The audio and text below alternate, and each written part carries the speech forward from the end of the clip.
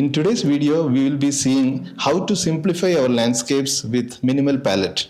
We are finishing this tutorial just with 3 colors, of which the usage of 2 are very minimal. Less colors means less decisions to make, less colors means less mixing time, and less colors means more focus on the tones or values. Tones and values, as you all know, are very important in our painting. So without further ado, let us begin the tutorial. Here I am using a cold pressed watercolor paper around 300 GSM. The size of the paper is around A4 size and the paper is kept at an angle of around 30 degrees. Okay, so we are using mainly 3 brushes for today's work. One big mop brush, one round brush and one liner brush. And when it comes to the colors, we are using just 3 colors, main one being Payne's grey and then orange, and then we will be using a touch of white for some textures and highlights. Okay, so the approach for today's video is just to play with lot of waters and do little bit of play with wet on wet, etc. So let us wet the paper first. And for wetting, I was thinking that we will use a very pale wash of Payne's grey and a touch of orange. Okay, slightly warm grey, very pale warm grey, so that this particular wash can set the overall atmosphere or mood of the painting. Okay, so by this grey, we are setting the mood that it is not a very sunny day. It is kind of a rainy or monsoon sort of an atmosphere. Okay. Now we have laid that kind of an atmosphere by the pale wash. Now let us suggest some clouds. Okay, so let us add little bit slightly thicker version of Payne's grey, the same color, a touch of orange. Okay, and mix it thoroughly so that there is no thick pigments trapped in the bristles of the brush. Okay, this looks okay. It looks little dark, so I am making it slightly dull with the help of white. I am using white very judiciously, so don't use white too much. Okay, this looks good to me. So let us make some large washes, suggesting some big clouds. I'm just I thought that the big clouds may make it little interesting. It doesn't have any reference, so we are just playing with it. Okay, some kind of playing with it, some kind of a directional brush strokes. The upper clouds being larger in shape and the lower clouds being smaller in shape. And let us make some volume to the clouds by adding a little bit more darker colors on top of it. This is what here we are not looking at we are not worrying about the colors, we are worrying about the tones. So darker tone means the darker mix, thicker mix, and less water, of course, and mix it thoroughly. That is very important. Okay, so the paper is still damp. Okay, it is not dry. The paper is still damp. So we are doing a wet on wet brushworks now, so that some of these clouds will show more darker colors, maybe darker shadows or something, so that it kind of gives a little bit more drama or little bit more forms, etc. And these clouds at towards the horizon will be smaller, so I am making some smaller clouds at the bottom. And since it is very dark, I thought a little bit of spraying can help, and I have sprayed some mist on top of it. Okay, some little bit of softening here and there after the spray of the mist. And then now we had to think what we had to do. So I'm mixing little bit of orangish grey, more orange and less grey, and making a pale wash for the ground. So little bit of a color contrast, of course, and I'm also worrying about the tonal contrast. I don't want this to be very dark in comparison with the clouds. So this looks reasonably okay. And when it comes to the foreground, I'm mixing darker colors. Okay. See, the mix of colors is same. It is Payne's grey and orange mainly. Why Payne's grey? Why orange? I don't have any answer because I like this particular combination. You could use other colors. If you don't have Payne's gray, you could use other colors. You may mix with some blues and some browns or some reds, etc., to get some darker colors. Okay, you don't necessarily have to have Payne's gray. Some darks at the towards the bottom, it gives little bit of sense of depth. I'm worrying about the tones. Okay, so here the focus is on ideas and tones. Let it be dry, and once it is dry, we can suggest some more details. Okay, so slightly thicker mix of colors, and yeah, I think that is good. And let us splash some colors, okay, because I want to engage the foreground area, and to get that sort of sense of being busy, I'm splattering some thicker opaque colors. That means I'm using little bit of white along with the Payne's gray and orange. Okay, and I am using a round brush to splatter it. So you can practice these things. Okay, so this will give a feeling that this is a little bit engaged. So that is again a part of simplification. You can create the illusion of an area being busy without adding too much of details. Now let us go for some far end stuff, and I'm wetting that area so that we get some soft edge for the far end kind of hill or foliage that I'm planning to do. It is again the color mix, as you have seen, is orange and Payne's gray, but the portion of orange is more in this, so that we get some sense of light at the far end. Okay, little bit of color contrast or temperature contrast, you can say. See, we have to we can consider we have to consider the tones and the colors and the temperature, the warm and cool colors. If you have a mix of all these things, it will look interesting. Okay. More than the actual subject, some of the aspects of the painting that we are focusing on. A little bit of white spaces I am sort of leaving it there so that they might create an illusion that there are some far end houses or huts or barns or something.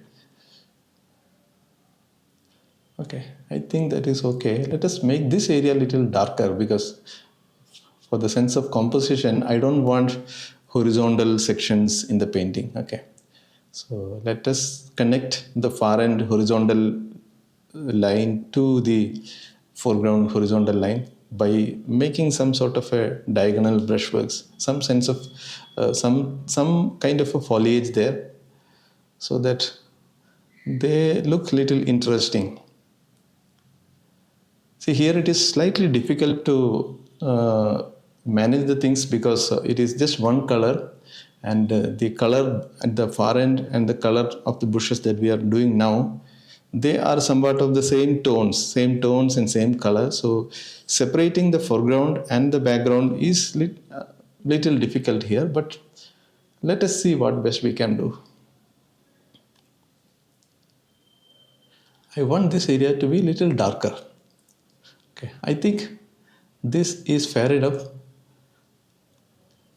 Okay, some marks here and there. See these lines that I am making, horizontal and some slanted brushworks.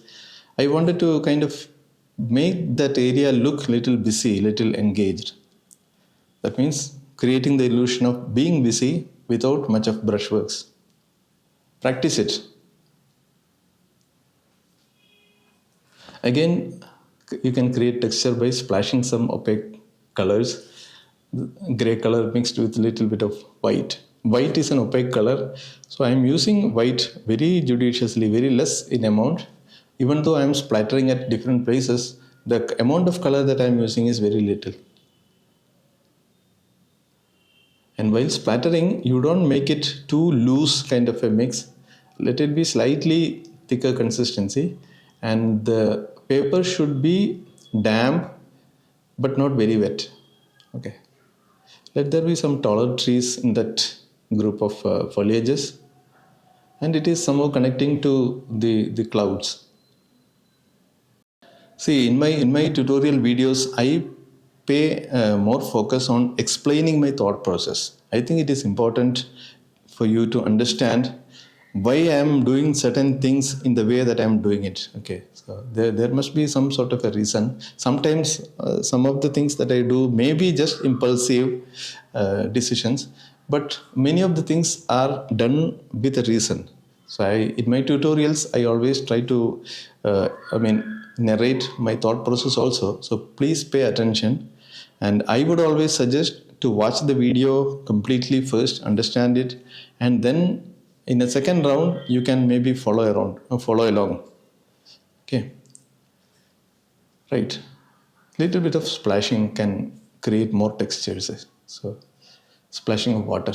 Okay. Now some sort of little opaque touches here and there to accentuate those sort of texture, the sense of, making it appear busy, engaged. Some white steps far away so that they may kind of create the illusion that these are roofs of some buildings, some part of the roof seen through very far away, something at the far away, that hill or mountain, whatever it is. It is too much, so let us smudge it a little bit. Don't give too much of contrast. Okay. If at all you are using white, don't use plain white. You mix it with little bit of neutral colors and then give those accents. Maybe some vertical elements here. See, these vertical elements actually connect the ground to the sky. It is a way of, it establishes some connection. So it is, logically, what these vertical lines are, I may not worry too much, but these are kind of way to create the land and the sky. So I'm mixing a little thicker consistency of orange and Payne's gray, and let us create some figures here. See, these are two tiny figures, and the figures will create the overall scale of the work. So if it is tiny figures, that means it is a wider angle subject that we are painting, and if you're making the figures taller, then the overall scale will change. Okay. So figures can be used to create stories, and apart from that, it can also help in creating the overall scale of the image. Okay, these two are good. Little tiny bit of shadows. So these are done with a round brush with a good point. Okay. And you can use any brand of brush. Okay, don't worry about specific brand of colors or papers or brushes. What matters is that it should be of decent quality. Whatever is the brand, it should be a decent quality, and then rest everything is practice. Here I wanted to make a cow kind of thing, but it didn't work well. So let it represent something. Okay, so don't worry about what exactly it is. I wanted to make it as a cow, but it is too tiny that the silhouette didn't come out well. This could be another cow. If you can assume that these are cows, then I think that's okay. Maybe something here. I don't know what it is. Just some contrast here. Okay. Just to engage that area. That's it. Don't worry too much what these are, whether they make logical sense or not. Okay. So I hope you are finding this video informative. Okay. Now let us add some thick orange color directly picked up from this Q-dot paint, not diluting it, and very precisely I am suggesting some little bit of face or arms, etc. for those tiny figures. If you want, you can make some touch of orange here and there to create some sort of harmony that you will find oranges here and there, so that it will look a little bit pleasing, because it is mostly the gray color, so little touches of contrast will help. So I am using thick white to give some highlights, and this should be done very carefully, and it is very easy to overdo, so please don't overdo this. Very judiciously you use these opaque colors. Okay, I have a tendency, and I think many of us have a tendency to overdo these kind of details, but be very careful when you are doing the details. You should, I think we should know when we should stop it. Okay, if you have a tendency to overdo, always have a check. Always take few steps back and then see if enough is already done. Then don't touch it. Okay. I think I'm doing little bit of overworking here, but okay, that's it. I think.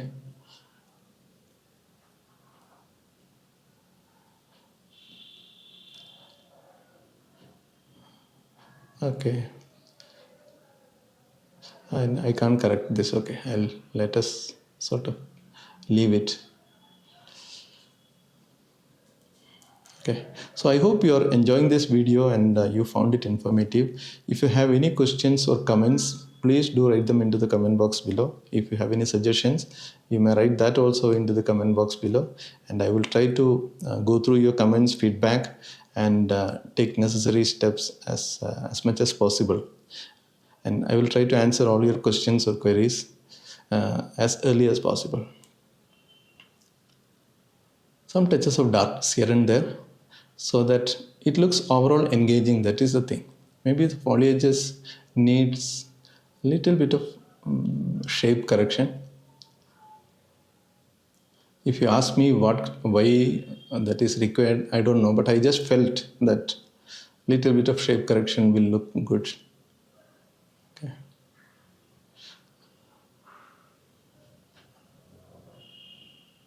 But don't overdo it.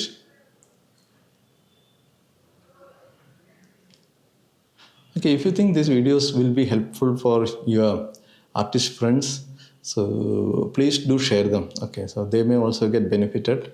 And if you have any suggestions for future tutorials, you can please write them into the comment box below. I cannot guarantee that I can paint everything that you suggest, because I have limitations. If what you suggest is something that I can do, I can create a tutorial for, I will surely do that. So thanks very much for watching this. Keep painting, keep practicing, and keep learning.